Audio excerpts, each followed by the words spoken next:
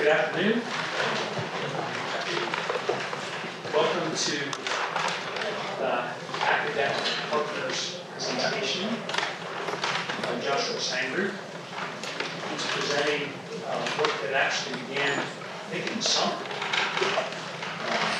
The title of his project is Christian Engineers' Response to Idolatry's Effect on Technology. We'll hear from Joshua for 25 to 30 minutes. And after he's done with his presentation, I'll moderate a time for questions and answers so that you can raise questions or make comments about the project. You can hear it. It's a worthy project. He's done fine work, and I'm looking forward to the rest of you getting to hear Joshua talk about the things that he's been learning, studying, and mastering in some cases over the last few months.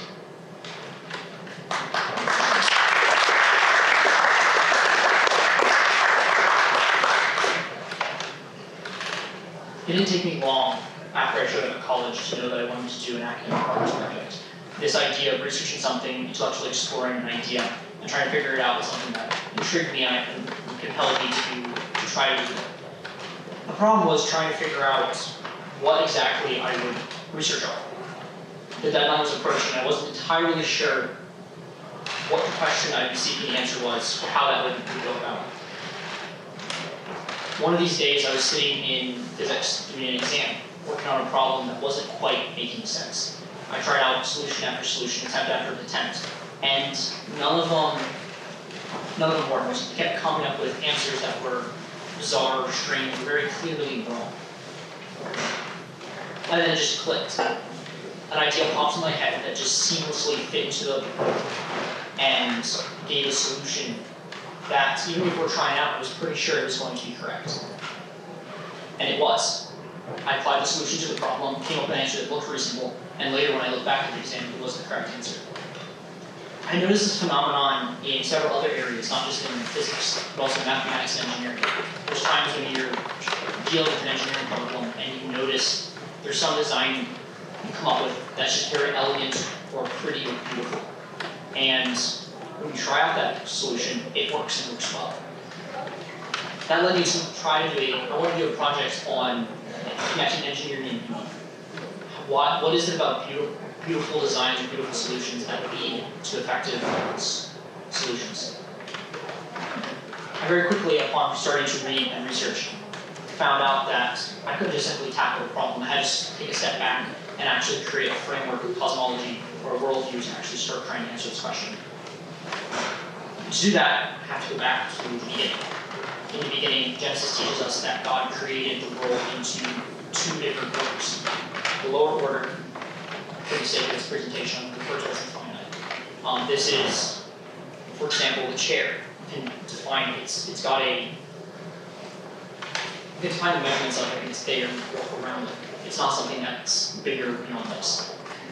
The same can be said about human logic and mathematics. 2 plus 2 equals 4 is a simple equation. It has a very well-defined shape and structure. It does the same thing every time you do it.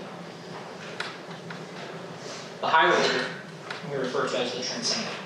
This order consists of things such as love, beauty, morality. These are not things that you can define or constrain into a nice little box, but they're expansive, they're supernatural, they're beyond. Humans occupy this rather weird spot right in. On one hand, we're finite with a body, we have a soul, or we have a body, and we have a finite time on Earth, we're going to die. But at the same time, we also have a soul, and that is going to live forever. To begin looking at this, applying this framework to beauty, I'm going to go back a couple thousand years to a story from ancient Israel. In Exodus 32, when the people saw that Moses delayed to come down from the mountain, the people gathered themselves together to Aaron and said to him, "Up, make us gods which shall go before us. As for this Moses, the man who brought us out of the land of Egypt, we do not know what has become of him." So Aaron said to them, "Take off the rings of gold that are in the ears of your wives, your sons, and your daughters, and bring them to me." So all the people took off the rings of gold that were in their ears and brought them to Aaron. And he received the wood from their hand and fashioned it with a graving tool, and made a golden calf. And they said, "These are your gods, O Israel, and brought you up out of the land of Egypt. When Aaron saw this, he built an altar before it, and Aaron made a proclamation and said, "Tomorrow shall be the feast to the Lord." And they rose up early the next day and offered burnt offerings and brought peace offerings. And the people sat down to eat and drink and rose up to pray. This is a very clear disobeying of the earlier command given by God in the Ten Commandments. You shall not make for yourself a carved image or any likeness of anything that is in heaven above, or that is in the earth beneath, or that is in the water under the earth. You shall not bow down to them or serve them. For I, the Lord your God, am a jealous God, visiting the iniquity of the fathers on the children to the third and fourth generation of those who hate me, but showing steadfast love to thousands of those who love me and keep my commandments. We do the same thing. There's a tendency to do the same thing in modern society with technology. Technology are finite things. This microphone I'm talking to is a physical, it's a finite thing. Anything we create that is technology it's not expansive or supernatural. It's right there. It's very easy to start looking for things that only God is supposed to do inside technology. For example, one of the studies I looked at showed that college students spend, on average, between 8 and 10 hours a day on smartphones. On some sort of, at least, on their phones. And I can't go back and interview every single person who took that survey. But I know from my personal experience and from talking with friends, one of the probable reasons for that is this search for happiness. There's something scrolling through social media or watching YouTube video after YouTube video releases dopamine in your body and makes you feel good. And so you want to do that again and again and again. But that only leads into that doesn't ever ultimately satisfy. Psalm 16.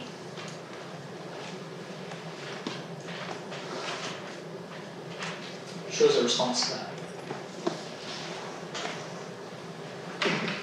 You make known to me the path of life. In your presence there is fullness of joy. At your right hand are pleasures forevermore. In this psalm, the psalmist is proclaiming to God that you are the source of joy, the source of happiness, the source of fulfillment.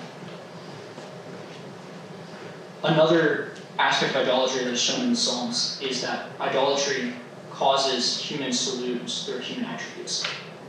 In Psalm 115, give me a second. Psalm 115, verse 4. Their idols are silver and gold, the work of human hands. They have mouths but do not speak, eyes but do not see. They have ears but do not hear, noses but do not smell. They have hands but do not feel, feet but do not walk. And they do not make a sound in their throat. Those who make them become like them, so do all who trust in them. Again, there's a similar relationship between us and technology. In his book, The Glass Cage, Nicholas Carr examines the effect of the over-reliance on automation to how it changes humans and specifically the human being. One specific example of this is when a Bombardier Q400, which is a small to medium-sized airplane, crashed near Buffalo, New York on February 12, 2009. As this plane was approaching the landing strip, the computer, the autopilot, realized that there was a loss of lift in the wings.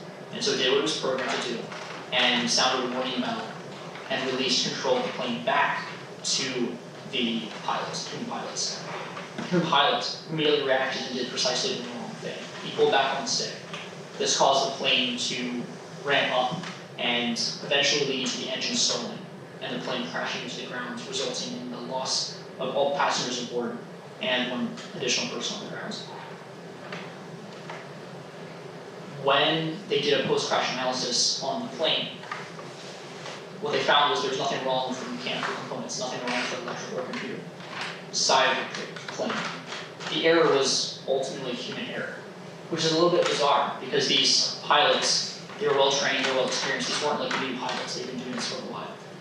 Why did they, in a time of critical situation, why do they react so dissonantly with their training? Carr argues that this is because when you rely heavily on automation, computers to do things for you, you start losing the ability to react well in these type of situations. So how does this affect engineering? There's two answers to that. First, engineering is intimately tied with technology. That's our job. Our job is to create technology. Second is that in the modern society, we find it very easy put trust in a finite process, not God.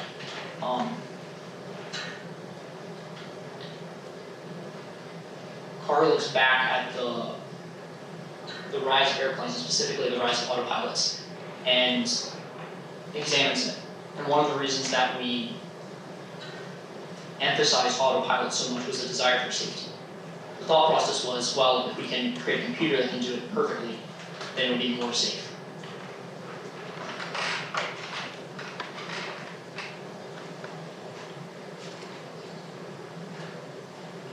How do we respond to this? What's the Christian response to idolatry? I think Scripture is pretty clear. It's to turn back to God and start obeying Him, start doing what He calls us to do. Because idolatry ultimately is pursuing something that is not God's command for your life. One of the ways of looking at this, specifically tied to engineering, is the idea of the imago Dei. The imago in Genesis 1, we're taught that we're created in the image of God. And one of the implications of that is our job as humans is to reflect God. Is to look at what He does and then follow the same path into what He does in our job and our lives around us. This is very similar to how a child mimics their parents. When a baby's born and starts growing, it starts figuring out how to live life by looking at his parents, seeing what they do, and then mimicking it.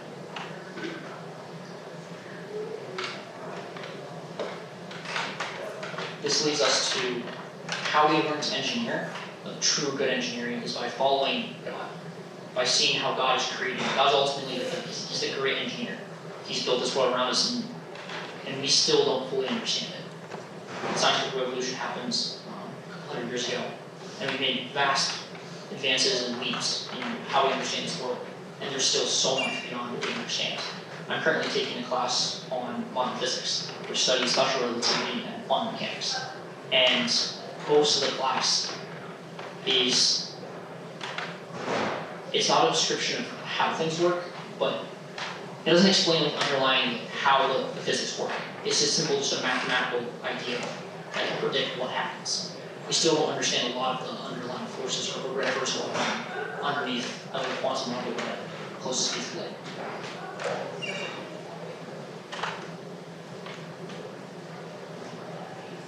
In my research, I located two different pathways to studying who God is and getting to know Him.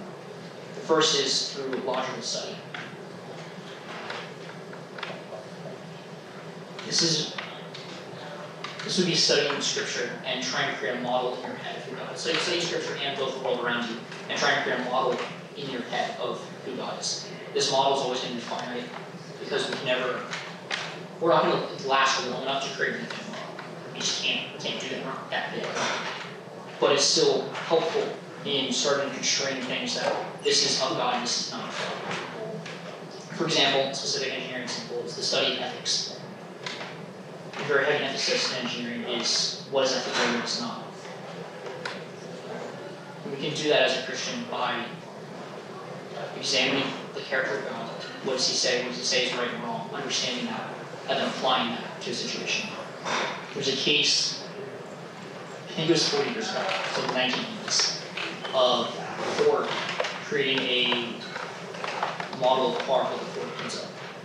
And one of the problems that rose out of this was they had designed the tank in such a way that a rear-end collision could puncture the gas tank and cause a massive fireball, killing almost always killing the people inside.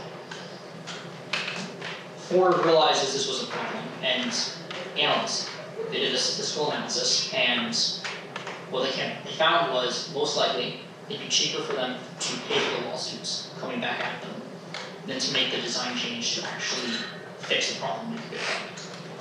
Through our understanding of God and this kind of valuing human life, we can look at that and go, logically speaking, that's not good. You shouldn't do that.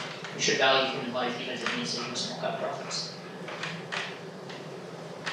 The second example is you can know God through experience. I think the best analogy, the best way of explaining this is looking at what does a young man do when he's interested in a young lady. What he doesn't do is he doesn't pull out a telescope and interview all his friends and do some surveys and create a nice big file folder of exactly everything about it. What he doesn't do is he doesn't create a model of her in his mind without actually interacting with her. What he does is he wants to spend time with her and experience things with her. The same thing can be said with a lot of my closest friends that I have built over the years. One of the core things about them at their foundation is common experience. I don't just know about them, I actually know them. This leads us back to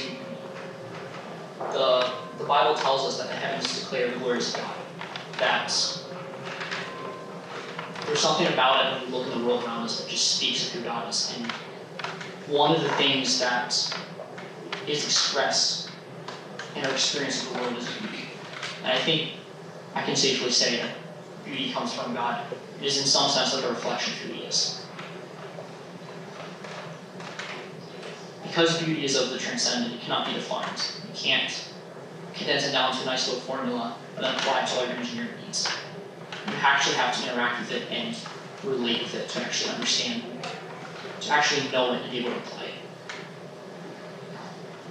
My theory is that if you spend enough time with beauty, you start recognizing it as if it's an old friend, which would be very helpful in engineering. One of the things about this cosmology, about this framework, is there's the things of the lower order of the finite, there's the things of the transcendent, the machines. And the things of the transcendent have the right to tell us what to do. Because the things of the transcendent, such as morality, love, beauty, they're connected to the goddess, and they're I don't know how to exactly explain it, and partly because I don't actually know. I'm not sure that I can safely say they're not God. The beauty, love, and morality are not God. But they are really closely tied to Him.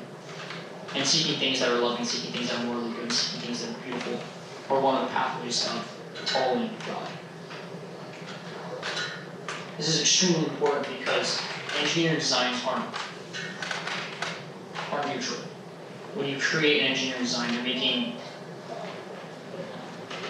choices that impact the user. For example, if I was a chair engineer, my job was to develop a design chair. There's a bunch of decisions I have to make about the design. Is it going to be a soft chair? Is it going to be hard? Is it going to be cheap? Is it going to be expensive? Maybe I can make the argument that a soft chair would push the user towards slothfulness and gluttony. And so I shouldn't design a soft chair.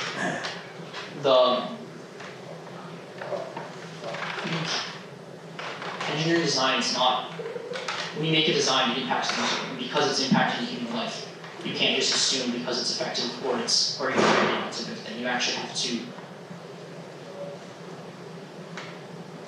follow how God has called us to making things that are truly good. And that brings us back to the whole question in the first place. What does beauty have to do with engineering? I'm not going to say this is all it does, but I think one thing it does is it teaches us, it gives us a goal to shoot at. That when we create design, we should seek to make them beautiful, whether aesthetically or intellectually. There's math equations or these designs that they may not be physically attractive, but there's an elegance and beauty to them that is good. This is a lot like what C.S. Lewis says. I believe in Christianity as I believe that the sun has risen. Not only because I see it, but because by it I see everything else. Christianity isn't divorced from engineering, but rather we should use our relationship with God to see how to engineer properly. Thank you.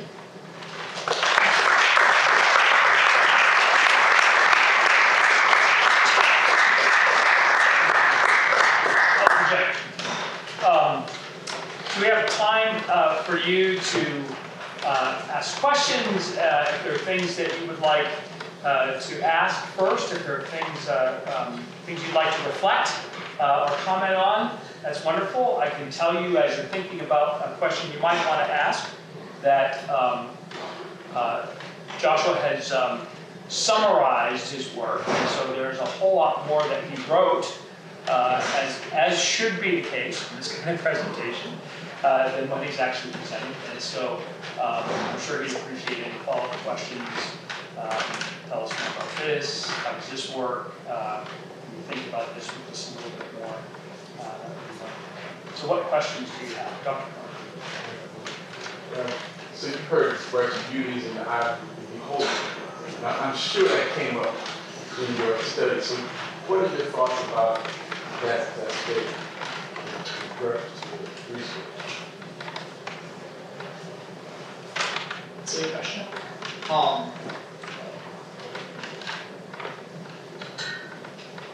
I think I have two answers for that. Two parts of the answer. One, because beauty is not simple and finite. Everyone can experience it a little different. It's not like everyone has the exact same. People disagree on what's beautiful, and it doesn't mean that one person has it all right and another person is just wrong about what's beautiful. There is some nuance with what is beautiful and what we think is beautiful. Also, C.S. Lewis in Abolition of Man, he uses the example of a bunch of people looking at a waterfall, and one of the people's response, "Oh, that's the one." And C.S. Lewis looked at that. Back up a second. C.S. Lewis was looking at a textbook that used that example. And so, in the textbook, the authors of the textbook said, well, that person, when he says that waterfall is sublime, he's not saying anything about the waterfall. Like the sublimity that he's experiencing, or the beauty that he's experiencing, has nothing to do with the waterfall. It's only about what his feelings are. And so, that type of thinking makes beauty seem very subjective. And like everyone can have their own sense of beauty. Like if I just think this thing that's like important is beautiful, then it is beautiful. That's why it's so important to go down through the logical study. It's because emotions can deceive, and you should, if you find yourself thinking something is beautiful that is like counter to your values, then maybe you should step back and go, I'm not so sure about that.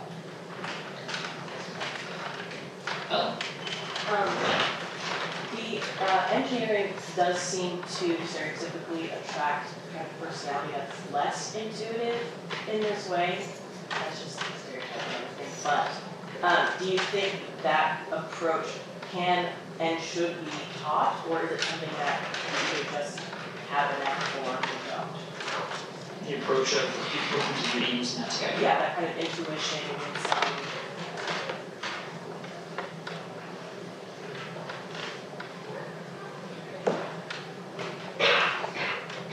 Something else I briefly covered in the whole research project was there's a split in the last couple hundred years between liberal arts and STEM. Usually go down one track and spend a lot of time talking with the other groups of intellectuals.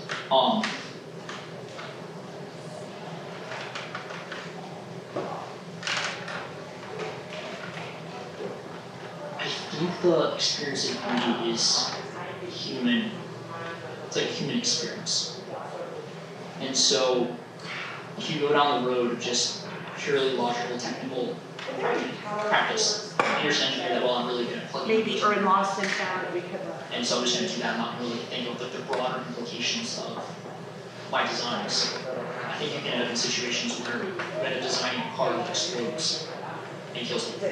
You should think about like, the bigger picture. I think some people do that differently. It's not some people make more things or less than that, or whatever that works stuff out. But I think you need some broader thinking of the transcendent what it says about functional engineering. Before we take the next question, next time you're walking Ghost Old Main, there's a tree that's a memorial to Julie Kopta. And Julie Kopta was a member of Genevans, and she was in the first New Song group, and she was killed when she was in a Pinto and was hit by the back of the Pinto Parks. So, you see that name next to the tree through our presentation. Questions? What are some ways you're software engineer? What are some ways that you can introduce, you can make beautiful work as a software engineer, and maybe even right now as an engineering student? What are some ways that you can make beautiful work?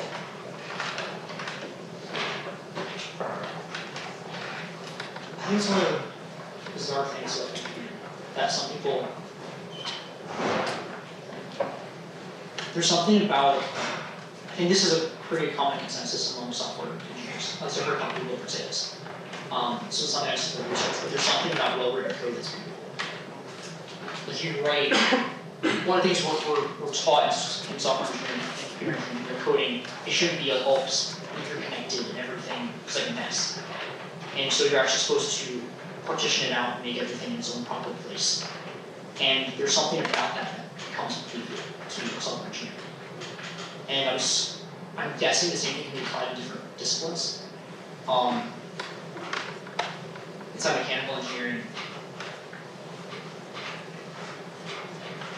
I'm struggling to think of a good example, but I think there's something elegant about a well worked out part. But it's not like it's aesthetically pleasing. Like the normal person who walks by wouldn't understand it and wouldn't necessarily think, oh, that's beautiful.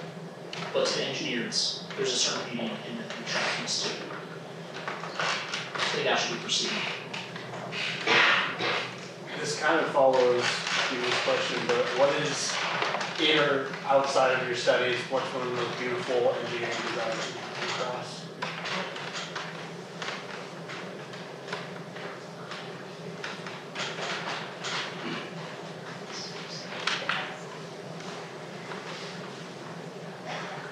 I'm going to come up with a different answer later.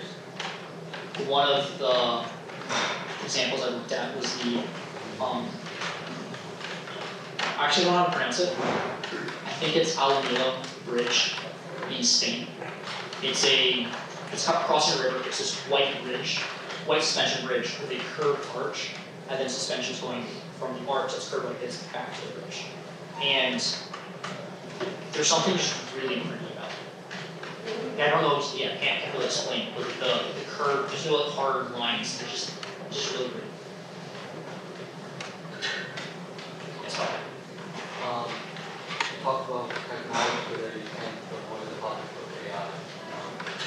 So, do you think, or how can AI be beautiful? Or do you think that's like beautiful AI is more like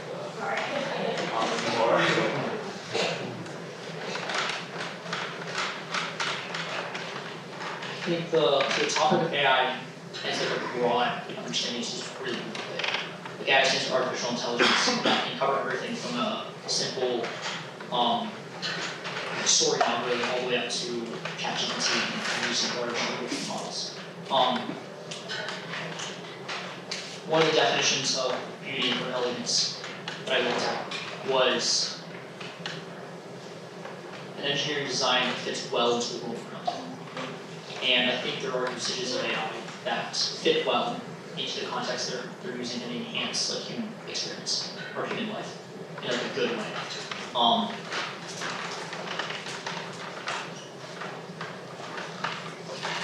I think there's definitely examples. It's not all AI is beautiful, but there are ways of using it.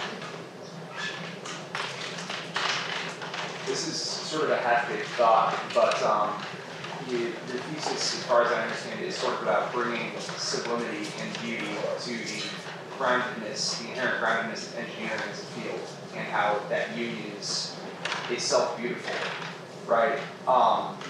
So what I'm wondering is in more like liberal arts fields, and it's part of the tragedy of academia is just split, but in liberal arts fields, especially in topics like literature, philosophy, people traffic in solidity and beauty, right? Even if we don't always get it right. So what I'm wondering is, what do you think it would look like to sort of bring some of that groundedness of engineering to more liberal arts related studies and sort of have that union there? What would that look like?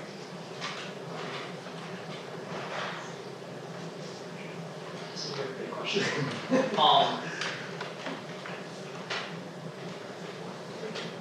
President's College.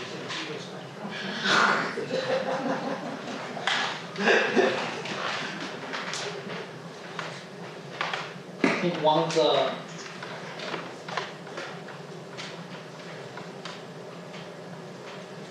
I'm not sure if I can go beyond kind of just restating your question as like a fact. I think logic and reason and more of the STEM fields are very right and wrong, which is very useful and very helpful.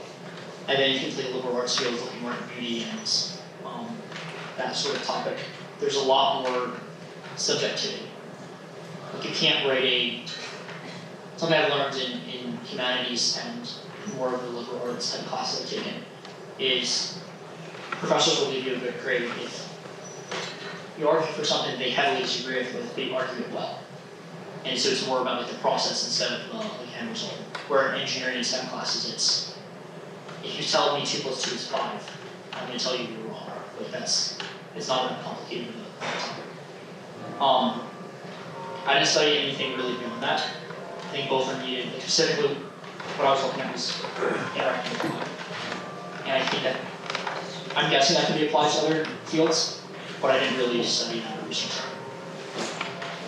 Thanks for the question. Okay.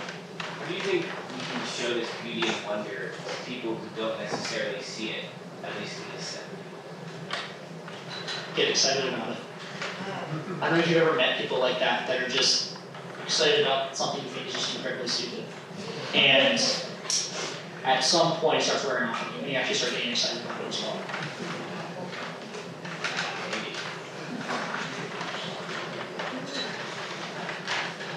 I was wondering, when you separate the beauty of an engineering design from it fulfilling any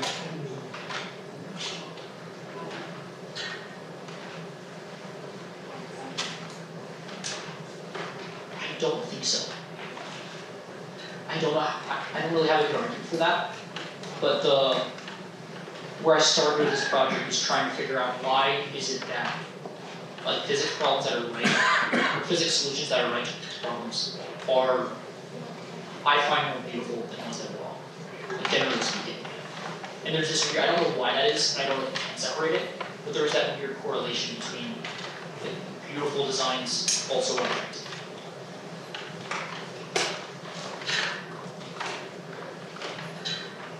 Yes, so You discuss how in some situations knowledge is needed to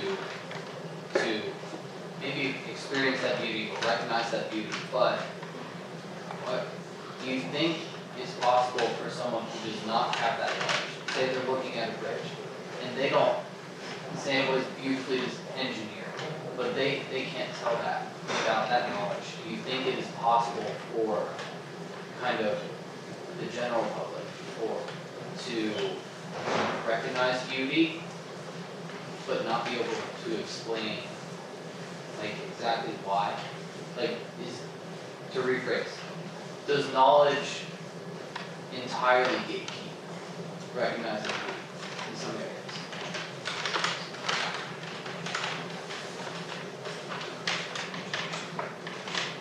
definitely is a connection between the knowledge about a topic and defining beautiful. There's a lot of ways that I would find beautiful other people are still talking about. It's just numbers and letters. I think this gets the idea of, I was answering Dr. Comer's question earlier about beauty's not, the way you interact with beauty is not purely like objective. Like everyone doesn't have the same experience of beauty. Some people find something beautiful and other people find other things beautiful.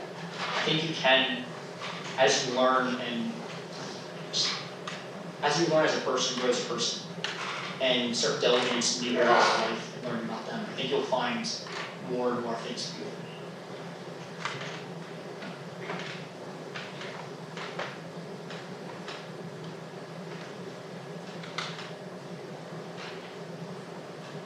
So what could the engineering department do to help students see more beauty in what we do?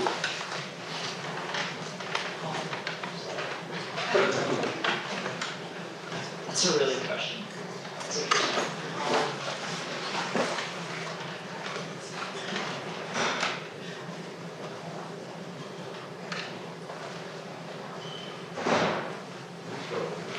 Yeah. I've got 40 seconds. I think treat good engineering designs as if they're beautiful. Or talk about them as if they're beautiful, treat them as if they're objects of beauty. I think humans are relational creatures that we rub off on each other. So if you have someone, especially in people in positions of authority, like teachers and professors, and if you're interacting with things as if they're beautiful, people will start learning what that beauty actually is and start seeing it from your perspective.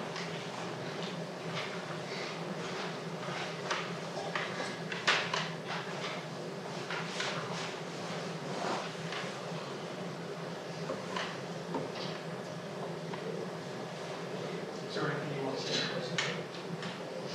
Thank you all for coming out. Thanks for questions, it was very good. It's a lot of fun engaging with the audience and actually putting your research to test and actually practically applying it. So thank you.